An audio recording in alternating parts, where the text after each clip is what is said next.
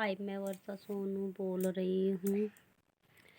देख, जवानी जब आती है, जब तो इंसान सोता रहता है, लेकिन जब बुढ़ापा आता है, जब उसे देखकर कितना रोता है। आखिर में ये ऐसा क्यों है?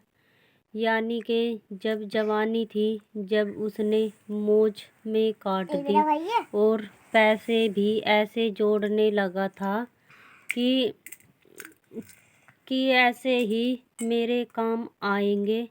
लेकिन क्या इतने जवानी रही, इतने उसने इतनी मौज में काटी और ऐसे ही कभी पैसों के जोर से कभी वो खरीद, कभी गड्डी खरीद, कभी कुछ खरीद, ऐसे ही सोने के बर्तनों में भी उसने खाना खाया। लेकिन क्या लास्ट में उसके क्या याद आया?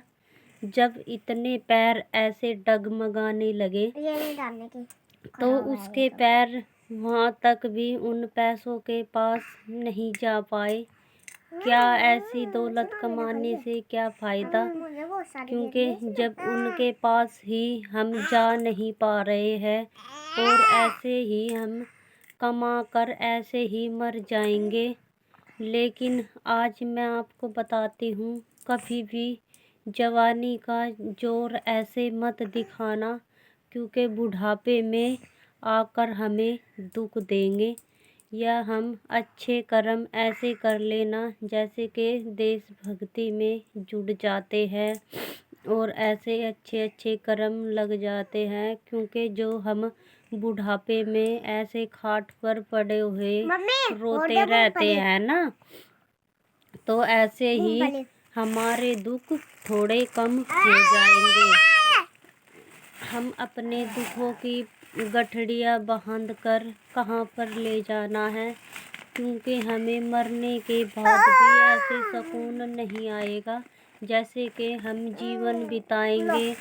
7200 करोड़ हमारे देश में कीड़े कांटे हैं, जानवर हैं, लेकिन हमें ऐसी जिंदगियां ऐसे ही हमें मिल जाएगी। क्या इंसान की जूनी क्या कभी मिलेगी?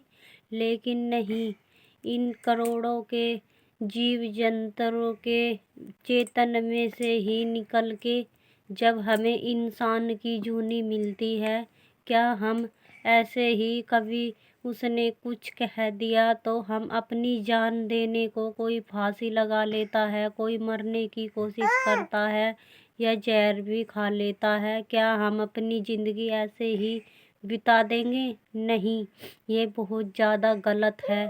नहीं तो आप ऐसा करोगे, अपनी खुद की मौत मरोगे, तो आपको जानवरों जैसी ज़िंदगी ज़रूर मिलेगी। और जानवरों की कहानी भी क्या होती है जानते हो आप?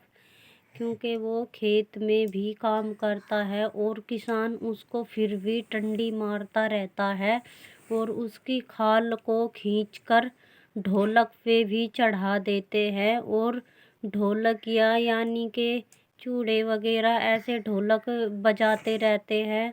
उसकी खाल को भी, मरे को भी उसकी खाल पिटती रहती है। क्यों? क्योंकि हमने